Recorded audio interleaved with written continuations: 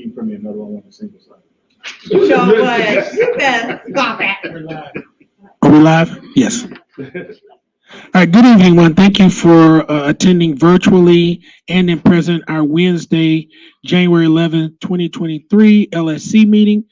As we always do, start with the vision. The Bronzeville Classical School community intentionally values and highlights the strength of all members through providing a personalized learning experience, celebrating diversity, and practicing creative problem solving in order to cultivate a strong accelerated program to nurture lifelong learners. And again, the norms: be result oriented, be fully present, be respectful of others' time, assume the best intentions, and stay focused. With that being said, we'll start with we'll call the meeting into order and do a roll call to establish quorum.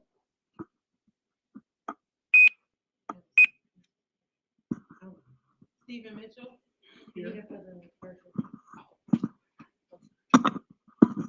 Sorry about that. Stephen Mitchell is talking. He's here, everybody. Akira Barclay. Here. Charles Barron. Joyce Brown. Present. Dwayne Davis. Present. Richard Flowers. Present. Eugene Lewis. Jennifer Lewis. Here. Tamara Hoff Pope. Reginald Spears. Nicole Spicer. Here. Raynonda Townsend here.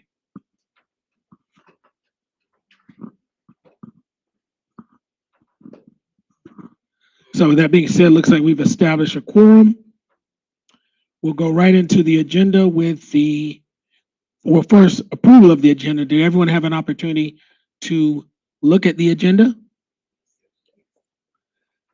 Not just, do we need to vote to approve this, or are we okay with, we haven't established that yet? So, It's in the folder, but I can print you a hard copy. Ms. Gillian, will you please bring one over? Maybe it wasn't in the right folder. okay, we'll get to that. So do we need to approve it or no? Richard? No. Okay, cool. So we'll move right into the agenda. I'm assuming, do you want to look at it first, Joyce, before we move forward, or do you want to look at it? Have you had an opportunity to look at it?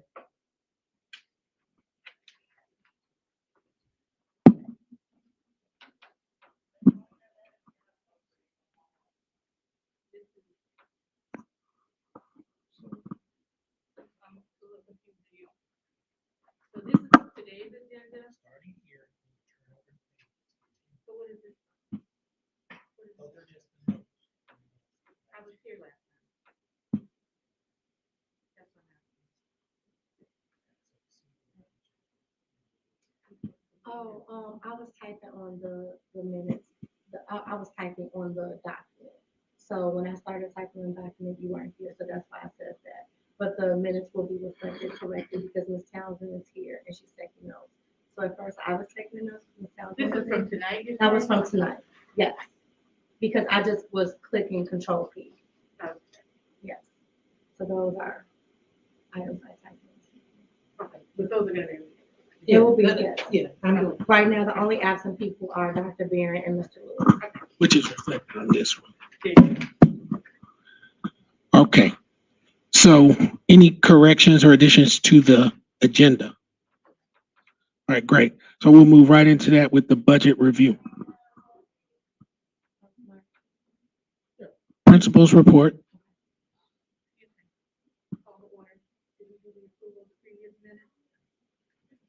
Oh, we did not. Thank you for that.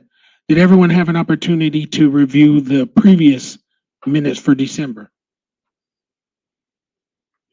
Yes. Any corrections? Yes, that's why I wanted to make sure I was looking at the right one online. Was that the correct one? Because Dwayne was here. It has an answer. Oh, maybe it's because he was. It says late, it says late arrived at 5:45. Okay, so then this must not be the latest one. No, I think you. Ms. Townsend did link in the new minutes late, but, if, oh, can you show me your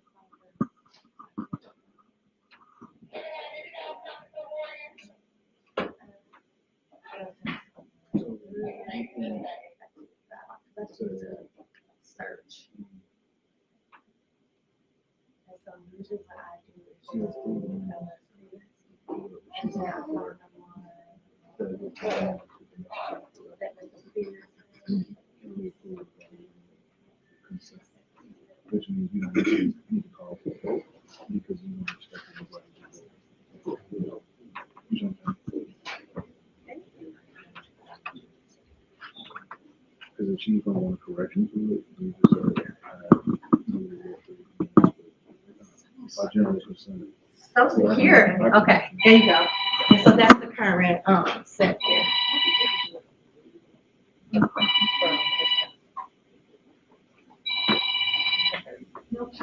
Oh, got it. You have a correction to it? Or- No, no, this was the correction. I printed it probably before this got in. I looked at it earlier. So I move that we accept the minutes, you said you don't have a correction, correct? The only thing I would suggest, and I talked to Ms. Townsend about this. You remember what we talked about? That would be the only thing. And the minutes where she actually makes the minutes, it's under notes. I was just thinking for legality reasons, at some point in time, she and I talked about that, just changing that subtitle where it says notes to minutes so that it's officially minutes. If it were ever to be challenged, it's titled minutes. So are you making, Did you write, somebody just write it down. Second.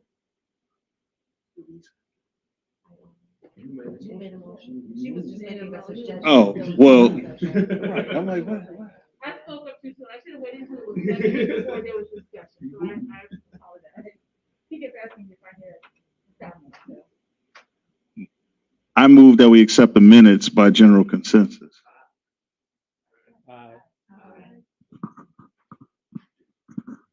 All right, thank you. We'll move right into the principal's report. Thank you. Good evening, everyone. Happy New Year. It's good to see everyone. All right. So our attendance is down 0.29% to just below 96%, which is the minimum of our goal. Hold on one second.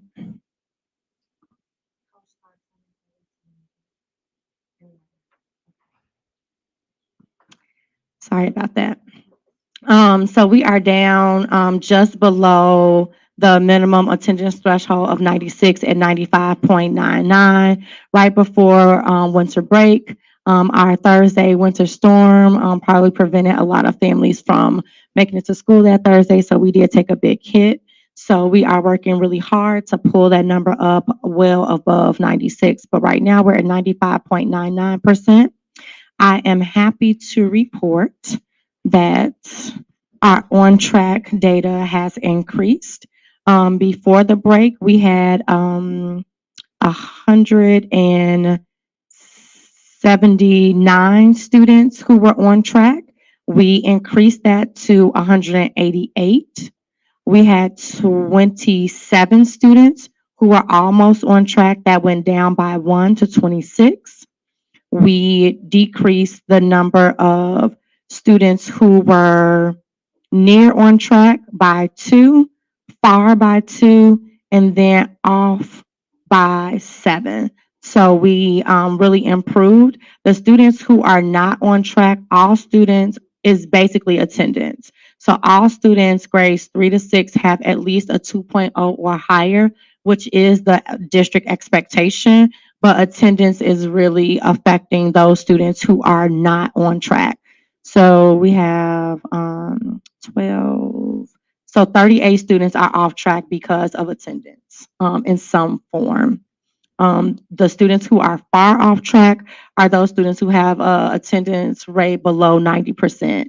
And so at this point in the school year, if that doesn't improve, they probably won't make it to close or on track for the remainder of the year. So those students who are at 90% or below, we are targeting them. Medical compliance is still at 84%, mostly sixth grade health exams and their current immunizations is keeping us from getting over 90%. So we are working with Nurse David just to make sure that as those appointments occur and birthdays happen, students are getting those immunizations and turning in those most current health physicals. GPA data is better as well. We went from 141 students from having a 3.5 or higher to 151. We decreased the number of students. Oh no, we increased the number of students. Sorry, decreased from 51 students to 46 that have a 3.0 to a 3.5. We increased the number of students who have a 2.5 to a 3.0. And then we decreased the number of students who have a 2.5 to a 3.0. And then we only have 6 students who are between a 2.5 and a 2.0, and no students are below a 2.0. So we're very proud of our students. We have not received any additional family income information forms since the last LSC meeting, which was only 6 school days, well, 8 school days ago. So we're still at 64% of those forms turned in. So if you have a friend who has not turned in their family income information form, please encourage them to do so. That makes our school eligible for additional state funds, which we don't qualify for at this time. So every form counts. Quick question. Is the network send some support for medical compliance, call from med bans or any of that? They haven't done that because we probably have one of the highest in the network. But Nurse David has been doing weekly outreach, and it pretty much is our 6th graders. And because of birthdays, they're just waiting to do physicals and get the new immunization. Yep. Can we just put forth a concerted effort to like pester them until they do the forms, like send them emails, post on Parent Square, do everything until they just say, let's just take because it's those are funds we could get simply by turning in a form. It's like, maybe we should say that like in bold letters. Yes. For our emergency management, we are 62.5% done. We completed our first allergen drill. The second one will be done on January 24th. We've completed a scheduled fire drill, an impromptu fire drill, and we have one more that is coming in the spring, hopefully after the weather improves. We completed our bus evacuation drill by showing the video to all students on November 11th. We completed our shelter in place for inclement weather. And then we also completed our lockdown drill with CPD. We have some important events coming up. Classroom spelling bees were today. Report cards for Q2 go home on Friday. With that report card, we will be sending home a report to help families read the iReady reports. The iReady reports will have the annual growth goal on it. And so we want to make sure that families are aware that the goal that they see is not the goal that students were supposed to achieve by the middle of the year. But if they are trending towards meeting that, that's a good thing because we are just at the middle of the year. So if students have met their goal, then we're going to have them work on their stretch goal. So every student has a typical growth goal. Every student has a stretch goal. And so we'll send home correspondence for families to understand how to read the report. And then we'll share it electronically because we do have some helpful links in that document as well. We are excited to be a part of the MLK Day of Service, coordinated by Organic Oneness, which is one of the active groups in the Bronzeville Community Action Council. And so we will be a host site on the 16th. So hopefully you can donate an item or attend. We did send out that information on Parent Square for the items that we're looking for. The week of the 17th, we are excited that our middle of the year iReady Spirit Week and testing will begin. And we also will have our school-wide spelling bee. With the MLK Day, there was a registration. I know some parents were saying that it was full. Do our parents have carte blanche? Can they just come even if it's full? Yes. So not really carte blanche. We really want to make sure that we have the appropriate number of volunteers in appropriate spaces, because one of the projects is going to be a mural. So we do want to control how many people are working on the mural. But if there's anyone who wanted to attend and registration was full or closed, they can email either me or AP Bellamy or Miss Gilliam, and we can add them to the list. Yes. For the MLK Day of Service as well, for those who are not on the parent square, what are the items for donation that you all are looking for, that you want? Oh, wonderful. I can provide, well, I can read it off for you. Yes. Or if there are others that you don't. That may be attending, yes. So it's in our school-wide newsletter, but we haven't really shared it outside our school community. Organic Oneness is providing enough donations for 250 blessing bags, but we wanted to add to that. And so we did share the donation list with our family so that we can get additional donations. So maybe you already have plans or you can't attend. So we really wanted our school community to get involved and give in some way. And so I can make sure that that list is available. We are celebrating Lunar New Year on January 23rd. We are doing virtual coffee with the principal in the evening on January 25th. I know some families missed that in-person event. We are excited to launch our first Greek World Read Aloud Day. That was an idea that our humanities teacher came up with.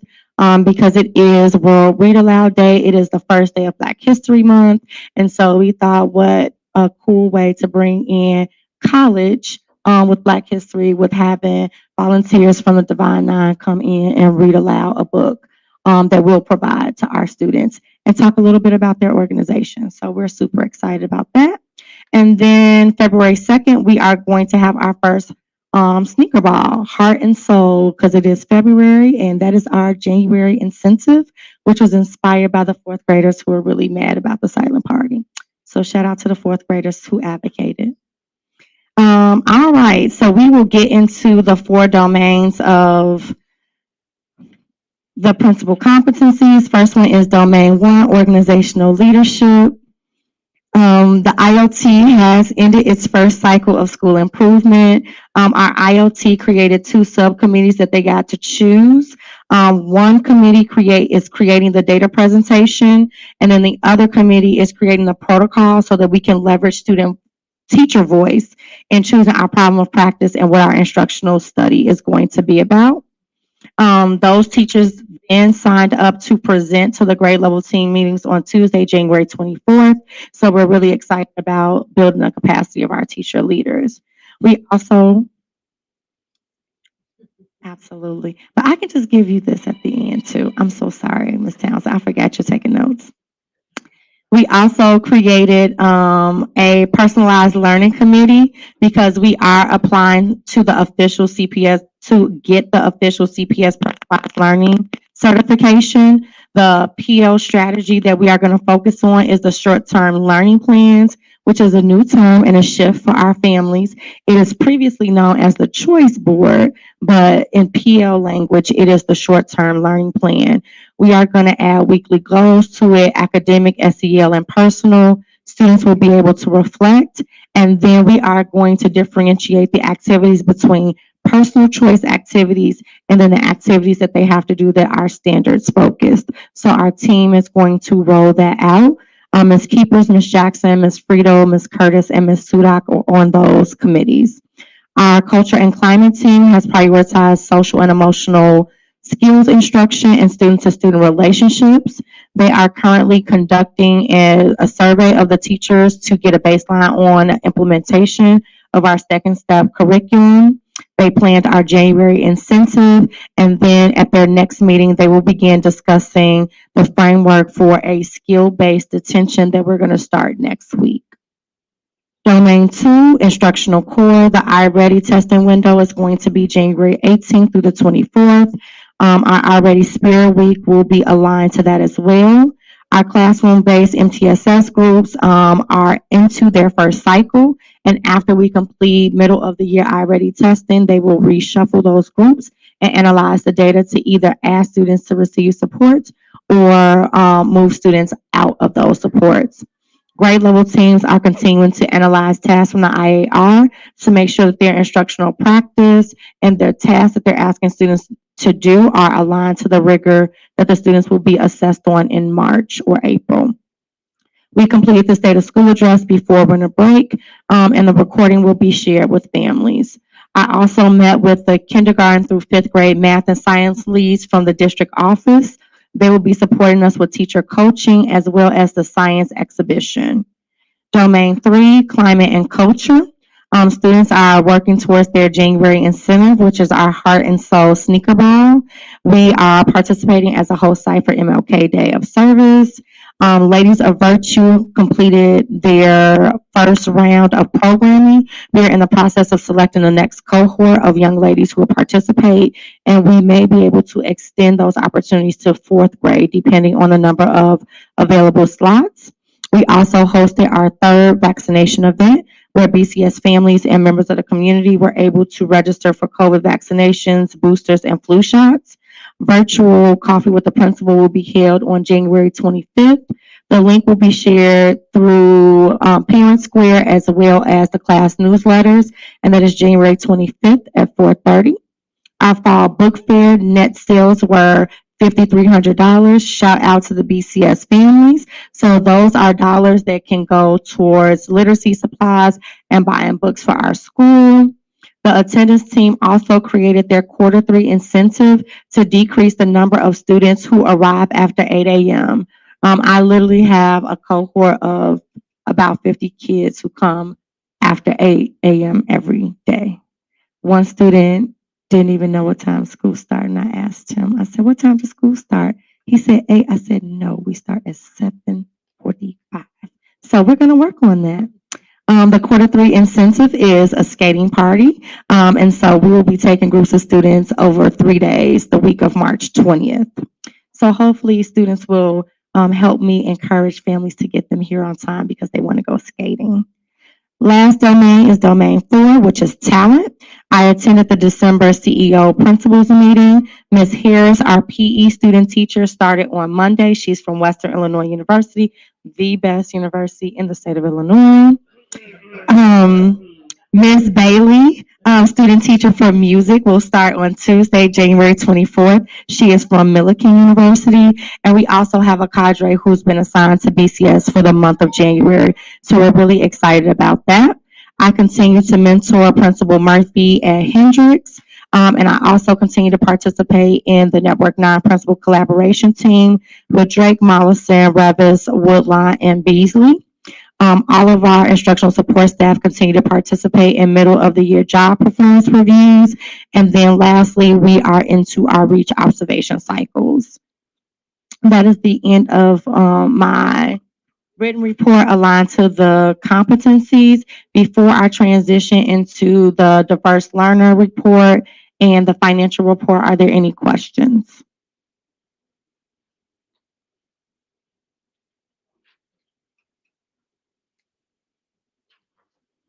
Okay. Seeing none, I will transition into budget transfers needed for this time period. The first budget transfer request is for supplies for our January incentive Heart and Soul Sneaker Ball in the amount of $854.98. The second request is for $4,704 to be transferred to cover student fees to attend the attendance field trip at the MLK skating rink. That is the cost for $12 per student who will receive their skate rental, slice of pizza, and a drink. So that's $12 per student. And we are happily anticipating that every student will be able to attend. So that is the cost for 394 students to attend. And then because this is not a payment, this is just a transfer of the money, so it's available, but it's still in our budget, it's in-house. And then the second or the third request is for $4,200 to cover 14 buses for the field trip. No. The $854.98 was to transfer monies to a line so that we could get supplies for the January incentive, the Heart and Soul Sneaker Ball.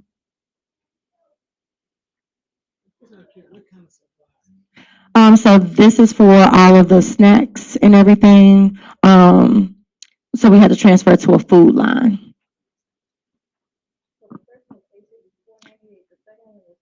$4,704, and the third one was $4,200.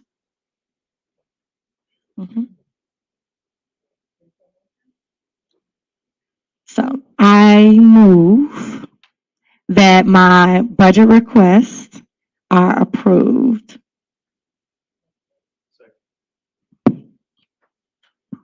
The motion's been made and properly second. Any discussion? There being none, all those in favor, vote by saying aye. Aye. Any opposed? All right, that motion passes. Thank you. Thank you all very much. All right, so in going over our financials and our internal accounts, we do have $76,066.13.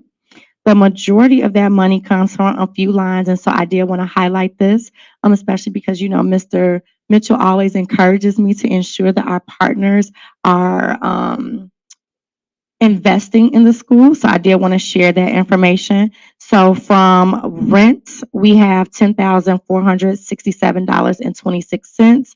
From some of the rental fees from Something to Build Upon. Those funds are available at the principal's discretion, but we typically use that for teacher appreciation type events. But you all will be hearing about that soon.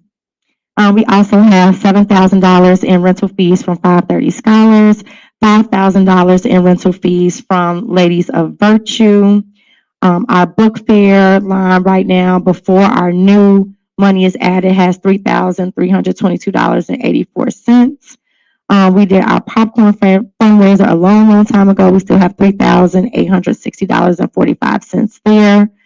The two Chalk the Walk events netted $2,563.66. We have $19,394.13 from student fees, but typically when we do field trips or anything like that, we offset the cost using fees. So that is not the total collected. That's just what's remaining on that line. And then we do have $8,170.08 in our donations line. So when people just send donations, we have that as well.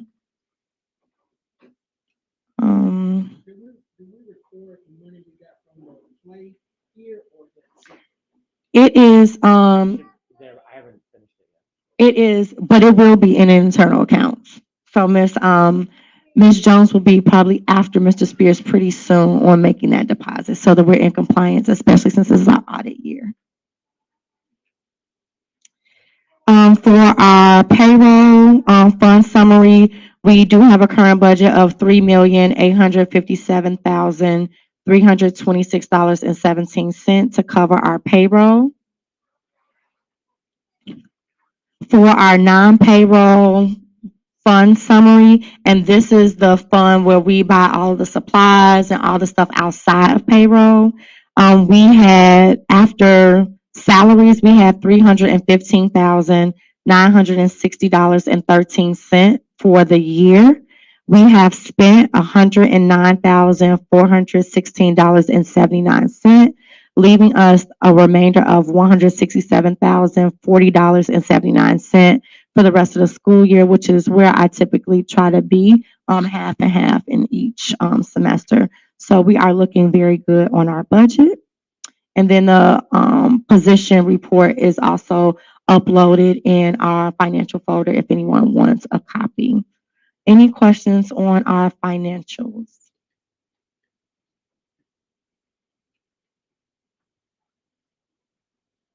Okay, great. We will have school checks this week for this month. For the Heart and Soul Sneaker Ball, we will be paying vendor bronze balloons for decorating. We are paying a DJ, and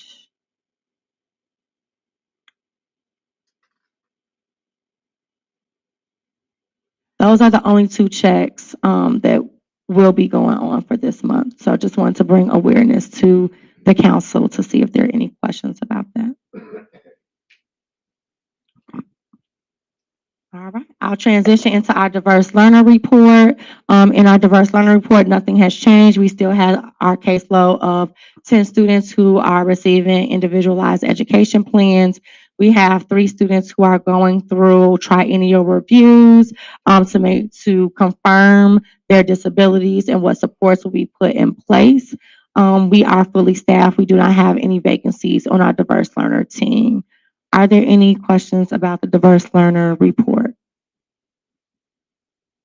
We currently have 3 diverse learner teachers and 4 special education classroom assistants. All right. Well, that concludes my report. All right, next up, we'll talk about old business and the BCS dress code. Did everybody have a chance to review the dress code policy that was sent? It was pretty much a standard template that they use at all schools. Does anybody have any questions or concerns or discussion points that they like to discuss with respect to that? Ms. Spicer, is that something we need to approve by the council, or is it just, We do have to approve. okay? So I'll entertain a motion. So moved. Yeah. Second. That we approve the BCS. To approve the BCS,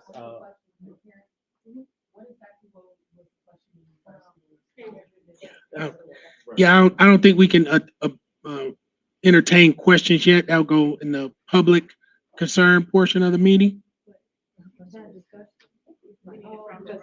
Well, first, okay, I'm sorry. Let me be quiet. If you're gonna move, if you're gonna motion, you have to state. You I can't move just that- say something. I move that the dress code be adopted by the council. Now, okay, with that, can we allow public discussion on this motion? I mean, I think generally you cannot, but are we agreeing that? We have not formally adopted the Sure, entire book, so we are gonna Okay. make the rules, yes. All right, so yeah. Oh, anybody have a concern or, okay, so we'll move on. Ms. Mazza, what's your question? I was just trying to get clarification on exactly what the policy is being, looked into, or what exactly is being implemented. The dress code. Yeah, so what about the dress code? So there was no question or concern from our school community. The Office of Social Emotional Learning, there's a new policy that every school has to adopt, a school dress code policy. For Bronzeville, it's not as specific because we are not a uniform school and that is not what's being proposed. So we are looking at a general dress code policy that I can share with you via email as well. But the dress code basically just says why we have a dress code, what we believe as a school, what the goals of the dress code are, recommendations. Basic principle is that certain body parts must be covered for all students. Students must wear a shirt, a bottom, and shoes. Bottoms are defined as pants, sweatpants, shorts, skirt, dress, leggings, and then shoes are activity-specific shoes. Requirements are permitted, for example, by sports. What students may wear. It explicitly outlines that students cannot wear violent language or clothes that have violent language or images on them, images or language depicting drugs or alcohol, any illegal item or activity, or the use of the same, hate speech, profanity, pornography, images or language that creates a hostile or intimidating environment based on any protected class, visible underwear, bathing suits, helmets or headgear that obscures the face except in religious observance. It talks about what the training will be for school administrators, teachers, and students. what the enforcement looks like at the school level. And that concludes the policy. So you're more than welcome to keep that if you like.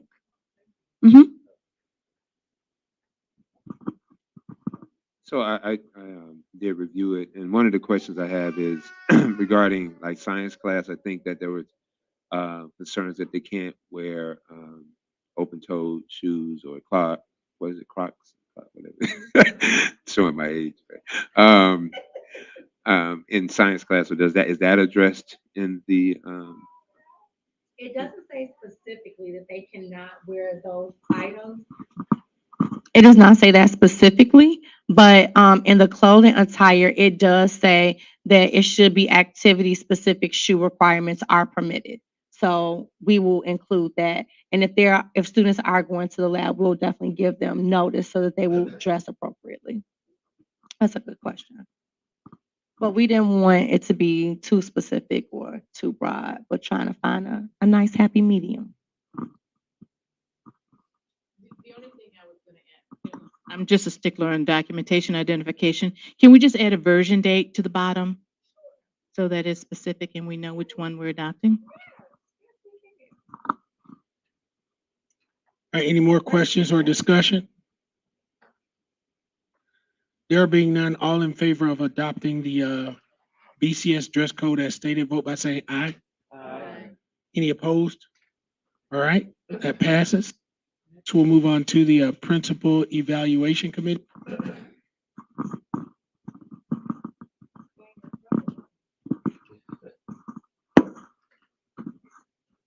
All right, greetings, everyone. In the share folder, I added a document that just gave the highlights of the procedure and process and the timeline for a principal evaluation. It's just an FYI with some screen grabs from the publicly available manual. So What folder is that? It's just in the main folder. It's called BCS Principal Eval as slide 23 intro doc. Oh. thank you. I'm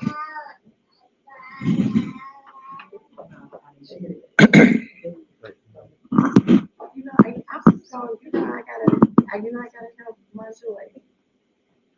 So I just go back to the main folder, but you don't have to. It's gotta be it's in the SY23 folder. And it did not have a category because I just put it there openly.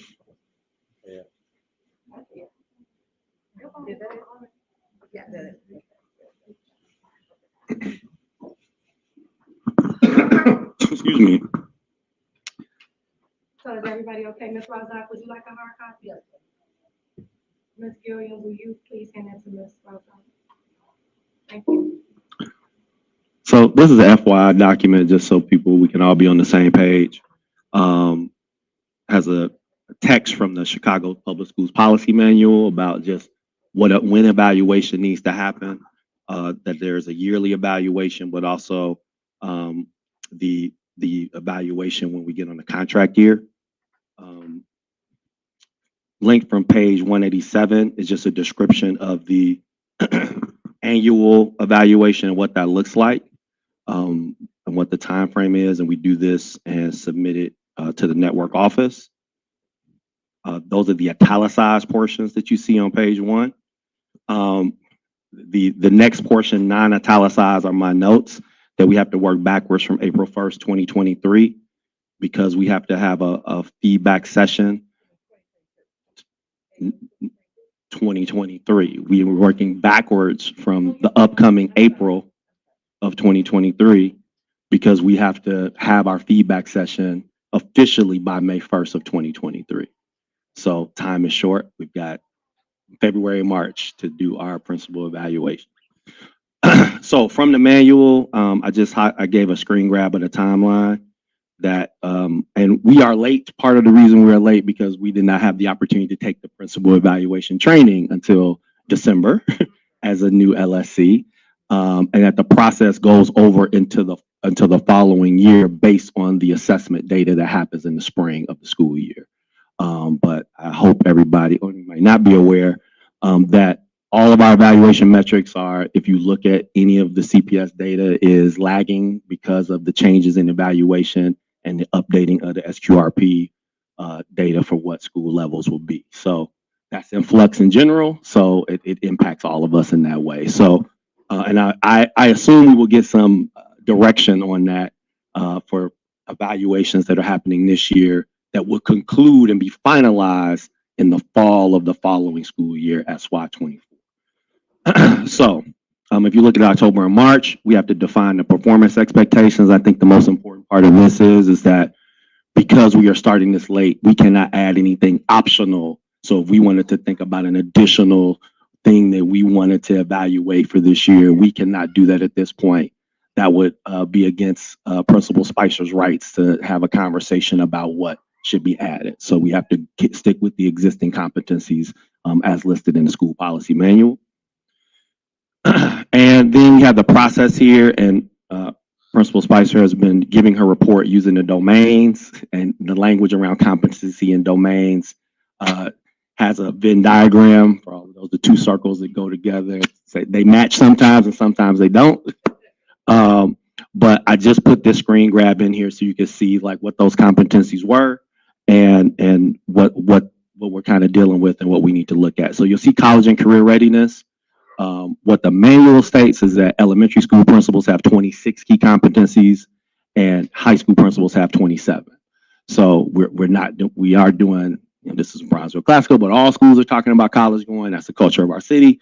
But this, you see that, I just want to see if you see competency C saying college and career readiness, that has a descriptor there, and you can check the manual, and it starts in that link on page 187. It starts with all the principal evaluation information.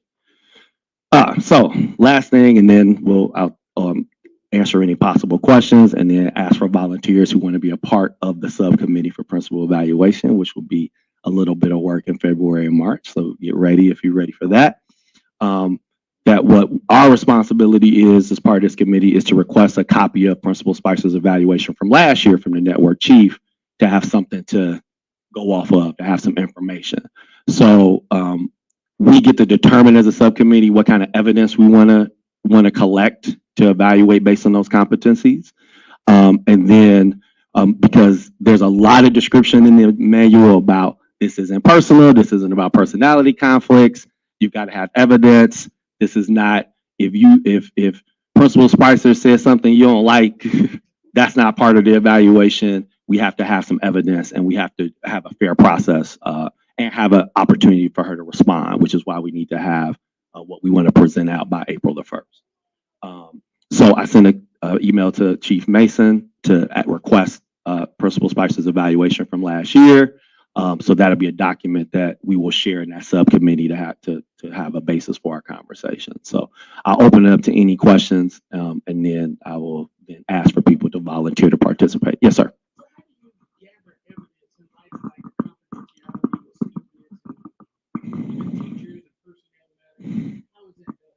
So it's really qualitative observations. Is coming to school events. It's seeing how to interact, but you can set up a process and actually talk to the law department about doing surveys if you want to do surveys. I think we are kind of in a crunch in order to do this effectively. And I've also talked to other LSCs where it's like in some LSCs, they don't do the evaluation to the contract year. There's a requirement there's a suggestion to do it. They don't always do it. I think some of I'm not going to say higher function LSCs. I'm just going to say some LSCs do it every year. Some wait till it's a contract year in order to do it because they want to make sure when you're trying to renew a contract, or if you've seen in the news when there's some kind of conflict between the LSC and the principal and the community, that you have to have some evidence. You can't come out of left field. So it is coming to meetings, coming to school events, coming to the school for other events. You can request teachers to have kind of conversations with teachers. You could talk to the various already existing teacher committees that exist and have a conversation with them and say, hey, we want to get some feedback on Principal Spicer. Here's the kinds of things we want to ask. And part of the subcommittee was to kind of determine who those people would be, who we want to talk to, and then gather that data and information.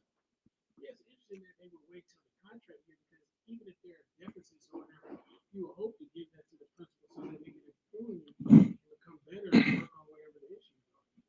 Welcome to the shy. But ultimately, you know, principals, bosses of the chief. Chief has to do those evaluations. I don't know if they're still doing instructional core walks, but that was something they started doing in high school. Then maybe about 4 or 5 years ago, they started doing it in elementary school. And that became because it was unfair that chiefs were just kind of showing up to schools, and they wanted to have a process in order to do that work inside of elementary schools as well. So, yep. So chief has that data. That's part of the principal's evaluation, which is why we can request information and data from the chief's office in order to get that. And we've had 3 different chiefs in the last 3 years. So, yep. So I have a question going back to my notes from that training. Is it your interest that once you put together the evaluation team, the subcommittee, let me just ask, who's going to actually be completing the evaluations? Is it going to be the recommendation of the subcommittee to do the evaluations and just report back to LSC for the vote, or is it going to be a collaboration of each of the LSC members to do an evaluation and feed it back up to the? So it's based on who wants to be part of the subcommittee, and then if you're interested in the subcommittee, you can get assigned a competency, something that you're interested in or something that you know about.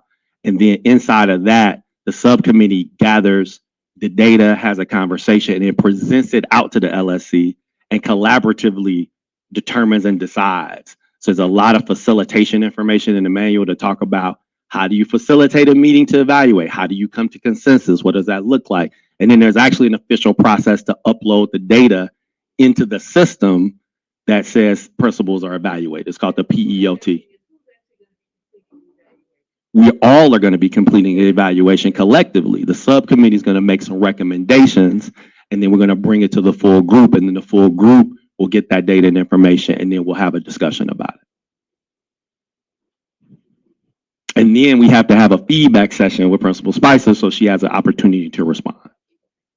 So for people that are familiar with REACH, I know our teachers are, I have been REACH before and done REACH before, and I have gone back and forth with my REACH evaluator. Like, I disagree with this rating. Here's my evidence that says that I did X, Y, Z, and blah, blah, blah. So the idea of the process is that it is supposed to be collaborative and that it can be open and that it's ongoing. And so that's also part of the CIWP. It's the reason why we get a weekly report, because those reports and that information is Principal Spicer and our principals showing us that they're doing their job. Other questions? There was a question.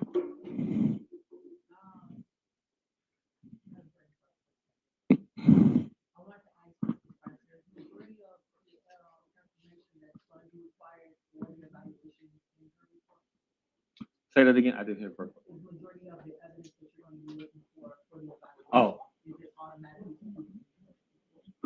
I think that's a good question. I think if we weren't a new LSC that just got trained, then we probably would have said, hey, every report, we want to see these 3. We want to make sure you're checking in on these 3 things. She's been organizing her reports based on the domains. So I don't think all the information is there, but I think that's part of what the subcommittee would probably have a conversation about, is say, if we get to the point where it's like, there's some things we're missing that we need to know more information about based on the domains, and then adding that to her existing report.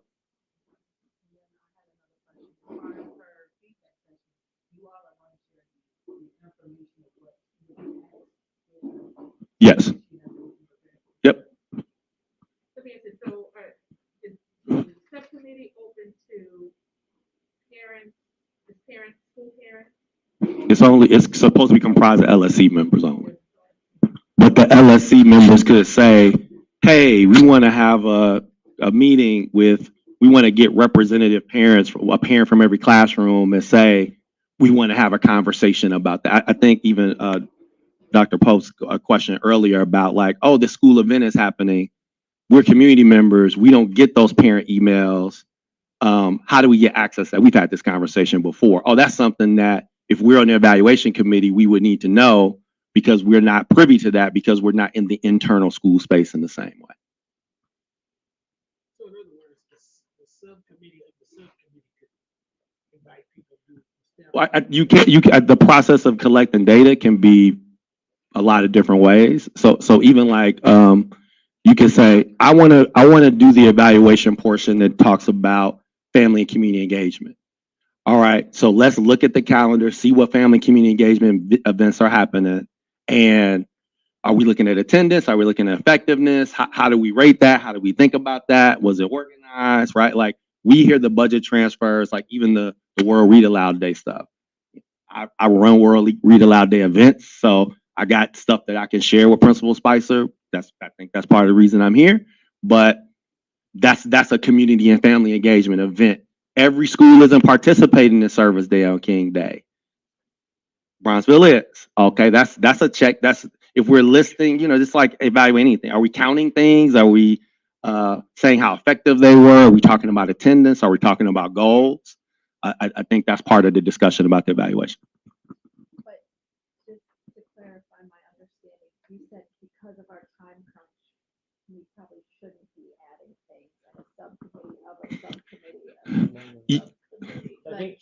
I think the confusion is the subcommittee is collecting the data. Right. So the subcommittee can solicit information from parents or community members, but those people are not collecting data and part of the evaluation process. The subcommittee is only gathering data, is going to present that data to the LSC to approve, yes, this is what we want to see from Principal Spicer. No, it's not what we want to see. And then we have a feedback session with Principal Spicer to discuss what we as a council discussed based on that evidence that the subcommittee collected. I would even say that once we establish a subcommittee and who's in charge of what competency, we'll have a conversation with Principal Spicer to say, like, all right, what do you think the best way to gather this information is? What would be useful and helpful? Lean on our staff that's here, our teachers and our non-teaching staff that's on the LSC to say, yeah, what do you think the best way to gather this data is? How should we do it? What the suggestions are? I mentioned the time crunch to say, like, people have like grand ideas about what to do, and we don't have that. We honestly don't have that kind of time. But what's possible and what can happen and what we can also set up and think about for next year is also part of this conversation as well. Yep. So do you guys have a CIWC team that also wants to be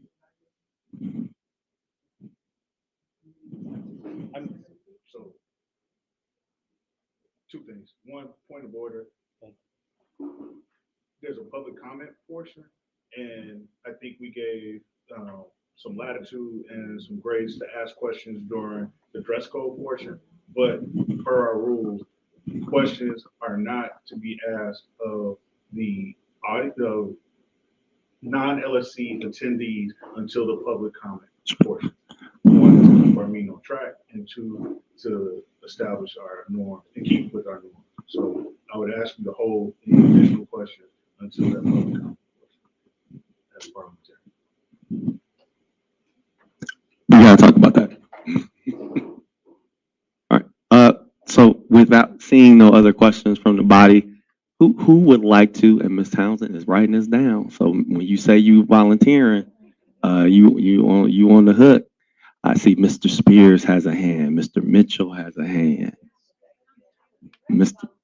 Dr. Barron has a hand. Yeah, I'm calling them out. I'm doing my teacher thing. I mean, I think we're fine with 3, but if you want to, jump on. All right. So we have volunteer. We have Mr. Spears, Claude wearing Mr. Mitchell, and Dr. Barron.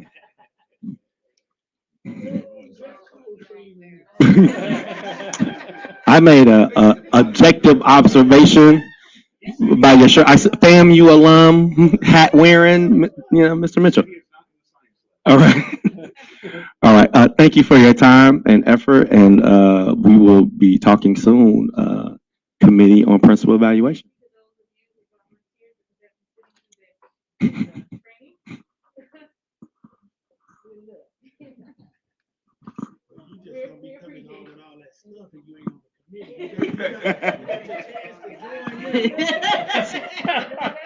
Back to the record. Let me go back to my legal pad.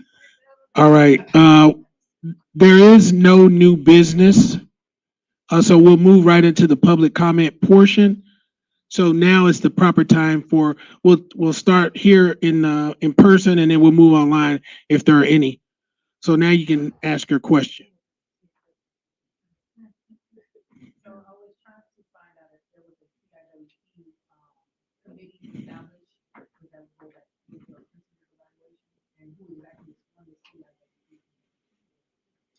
So We do have a CIWP committee-ish. So Bronzeville is really a little different from most schools that have been established for more than 5 years. When we started, or when we most recently did our CIWP, we did not have a LSC. So it was really an ad hoc committee so that we can get multiple stakeholders to give feedback around our strategies and next steps. So that full ad hoc committee has not met. However, our teachers regularly review our CIWP, make updates to it, and most recently in our portal, it is up to date in terms of the review. Our LSC members will have access to our CIWP, where we are on our milestones, what's on track, what's been removed, what's behind, all of that good stuff. But I am going to defer to the committee to see if they want that information, because that subcommittee may not want the full committee to be a part of that process, or they may just ask for documentation and data from that particular committee. I think it is just dependent on what the chair and the subcommittee decides that they want at that time. And we'll make sure that they have access to everything that they need to have access to. Thank you. Any more questions? All right, we'll go online. Are there any comments or questions online? Yes. If the student has not met their iReady goal, will there be extra support to assist the student to reach their goal? We're not looking for students to meet their iReady goal because the goal is annual. So we're looking for the student to achieve their goal by the end of the school year. But if there is a student that is not on track, yes, they will receive additional support. And there's one, let me make sure. Yeah, there's one final comment. Great job all, and keep up the great work. Thank you. All right. No more comments?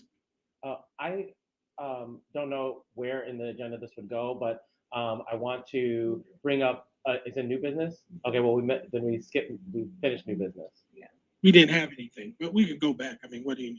I want to propose a fundraiser on behalf of Miss Forrest, who couldn't be here with us. Last year, we did the Kindness Grams, which was to promote the National Acts of Kindness Day. And so what we did in the past and what we plan to do this year is to sell carnations that the students and staff can send to each other. They'll be on sale during lunch times and then before and after school, the week before the National Act of Kindness Day. And so we will deliver the carnations, the cards, or a pencil to whoever purchases one of those on the National Acts of Kindness Day. So the carnations will be $5. The proposal is the carnations will be $5. A handwritten card that the students will be able to decorate and fill out and get delivered on that day will be $3. And then a pencil that'll have the student's name that it's getting delivered to will be $1. I'd like to modify that request. Ms. Gilliam is offering silver and platinum packages so that our fine and performing arts program can make more money because our last fundraiser only made $593 and we know we can do better than that. So we are going to have packages between $3 and $10 because we really want to support the arts at our school. And so we're hoping that the profit will be closer to $1,000. So get ready for the platinum package. Sounds. Yeah, and just, we're kind of operating loosely, but you're supposed to fill out the form and then get it on the agenda so that we can approve it and all that, just for future reference. Because I don't, because some people will say, well, It's not my fundraiser. Yeah. I'm doing this on behalf of the arts department. Team, hashtag team, core values, okay? And so one of you guys like to sort of, you kind of just summarize the motion? Well, I was just giving some information. I haven't made a motion Oh. yet. I was just summarizing what the proposal is and what the fundraiser is for. And it'll take place, and this date is, oh, that's the last one. So this one will take place, the, I'm sorry. First through the 10th. Ms. Forrest would like to do it the 6th through the 10th, so that week. I don't know if she wants to do it from Wednesday to Friday, that week and a half. I mean, it's a job show. Yes, February. It's a job show. I'm just. The reason being, we want to make sure that we have volunteers to be able to sell those things on all of those days, both before, both after school on select days and during lunch and recess time, which is in the middle of the day, so it may be hard for us to find a volunteer, right? And we want the whole idea is that it's student to student acts of kindness. So it's not the parents necessarily buying it for somebody else or buying it for their own student. It's students saying, I want to send something kind to my classmate or to my teacher. And so that's why we want to have it during lunch and recess time, so the students can actually purchase those things, write the names on, who it's getting sent to, things like that. So your dates were the 6th through the 10th. Correct. And your dates were the 1st through the. We just added some more days, but if y'all just want, I mean, I just will wanna not get be selling at the table, I just so. wonder if that's gonna be enough days. But like I said, they're trying to make it so that it's staffed. Staffing for 10 days is a big deal. Or 8 days. 8 days. Right. Getting enough parents to volunteer in the middle of the day Yeah. to be at lunch and recess Right. would be the challenge for And 8 the days. delivery date was going to be Valentine's. The 17th, which is the National Act of Kindness Day, which is a Friday. So you'll have a week. Exactly. So my question would be, or statement would be that we want to make sure that we can have a sit down and talk with the kids, educate them, to make sure that it's not me, done in a mean way. I don't like it, I'm gonna for somebody else. We have enough of those issues already, I think. So So I think the challenge is going to be this. Even today, I have 3 people that come to my office every day after school. A kindergartner, a 2nd grader, a 6th grader. Today was a classroom spelling bee. Everybody that didn't win, it was tears in every classroom, every grade level. And so while we will be intentional in talking to students about the purpose of this event, we also need parents to support us, because we can't only start the conversation, but we need families to continue the conversation and reinforce the message of the conversation. Because in all actuality, if we are allowing students to choose, everybody's not going to get something, and somebody's feelings are going to be hurt, and it is going to be a social emotional thing. And my team and I don't have the bandwidth to coddle every student when they don't get something that they want. Now, holistically, we talk about empathy, support, kindness, how to lose graciously, but we know that they're it's going to be some hurt feelings. And so we'll be prepared to support them, dry those tears, encourage them, be like, it's okay. It's okay. Maybe yours is coming tomorrow. But I don't know how we prevent it. So that's what I want to say. Even though we had a conversation, it's not going to be a foolproof prevention. And I think even something as little as during the morning announcement saying, hey, we're selling this, the purpose, just a blurb kind of highlighting the real purpose behind it and being kind and what it's for would go a long way. Just something like that. I don't think we need to have a one-on-one with every student saying, now if you don't get, but just something, just a summary and telling people the purpose and what it's for. I think that's all. Just to your point, Mr. Mitchell, there is going to be a little marketing push Ms. Forrest is very creative. She can get the kids to create posters. She's probably going to work on this with her eco arts class and things like that to create posters that reflect that kind of idea. Of course, she's working with me to promote this in the morning announcements. We already have some plans to do that, and around the verbiage around what the purpose of this is. It's not just going to be a thrown together like let's just buy a flower for whoever. There's some purpose behind this and understanding the National Acts of Kindness Day. And I think that we are gonna, Is this the one we did last? Yes. it is. It went over well. It went over well, but I think that if it's nicer things, what if it's what if somebody gets a platinum package and you don't get anything? And so, and I just say that because we're gonna be proactive, we're gonna have a unified message, but I just want everybody to be grounded and know somebody's gonna be upset, somebody's not gonna be happy, but we can't not do things like this because that's gonna be the reaction. Because you may be surprised at the number of emails and articles that I got about Twin Day. And I mean, I'm just not even thinking about Twin Day. I wanted you to be my twin, you said no. That's okay. If somebody says, no, I don't want to be your twin. Or I want to be triplets with them, but that was my friend group. Nobody told me to get the shirt. Now I'm crying. So I'm just saying that, there will be feelings. And, our first inclination as families is to jump in, rescue our child, want to make them feel better. But there is some social emotional growth that just has to happen. And so I'm just asking for partnership in that. Because going into this, we know that somebody could be upset. And this may be a moot point because I don't think we've had issues before. I think that was going to be my question for those. We haven't had any issues with Kindness Graham, but this is my first year having an issue with Spirit Week, and that was not an issue with Spirit. So that was.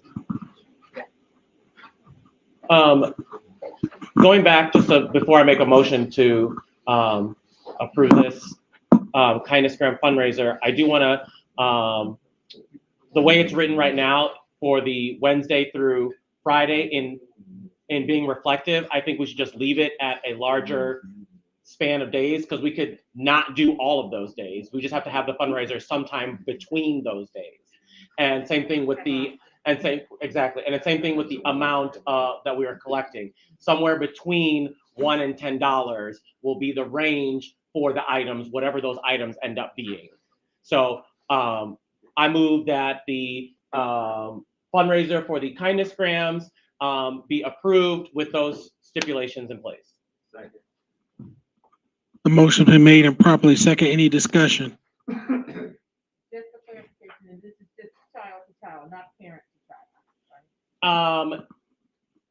In my view, it could be parent to child. The purpose of it is student to student, building that community. But if a parent wants to buy, and come after school and buy one for their kid, so be it. We will take the money in the arts department any way we can get it. Any more discussion? All right, there being now, all those in favor of the motion, vote by saying aye. Aye. Any opposed? All right, that motion passes. Anything else under new business? All right, and we've done the public comments. We don't have any more, correct?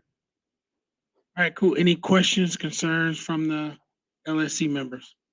Are we still making the motion to adjourn the meeting? Yes. I move to adjourn the meeting. Second. Any discussion?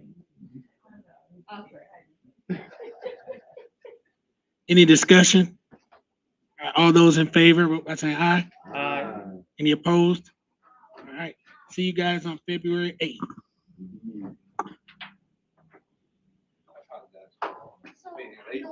But we had, I was there more than that. Because nobody else was playing, but you, so when other people leave, you can